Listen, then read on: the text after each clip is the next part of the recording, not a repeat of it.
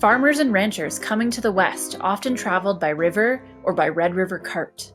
A railway that stretched across the land from east to west would make it easier for these settlers to come to Alberta. The railway would also transport goods to build homes, assist with farms, and transport crops to market quickly. The thousands of grazing buffalo, however, would present a problem for building this railway. Buffalo roamed in plenty across the prairies. They were of great importance to the First Nations groups, providing food and many other items. The buffalo helped them to survive for thousands of years.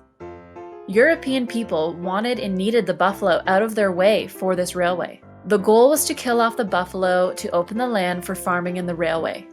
Between 1871 and 1875, North American hunters killed 10 million buffalo.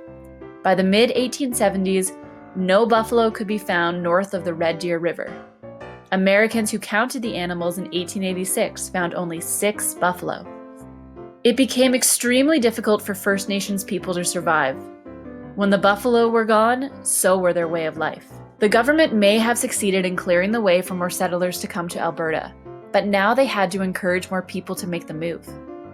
The government decided to offer free land to some of the people who agreed to immigrate to the West.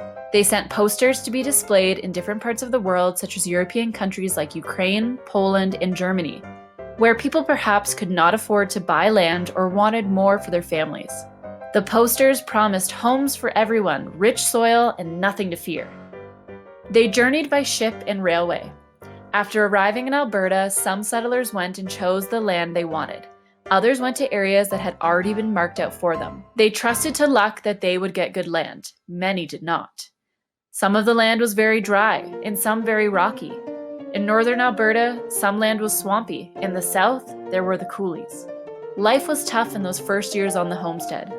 Sometimes food was scarce, and winter clothing was hard to come by. The building of the railway helped Canada become what it is today. However, many were deceived in the process. In the upcoming Alberta, The Stories That Made Us, the treaty signing allowed John A. Macdonald's vision of building a railway to become a reality. Aboriginals cut off from their land, their culture, and way of life. The dangers of the West in the creation of the Northwest Mounted Police. And how were settlers coping to make Alberta their home?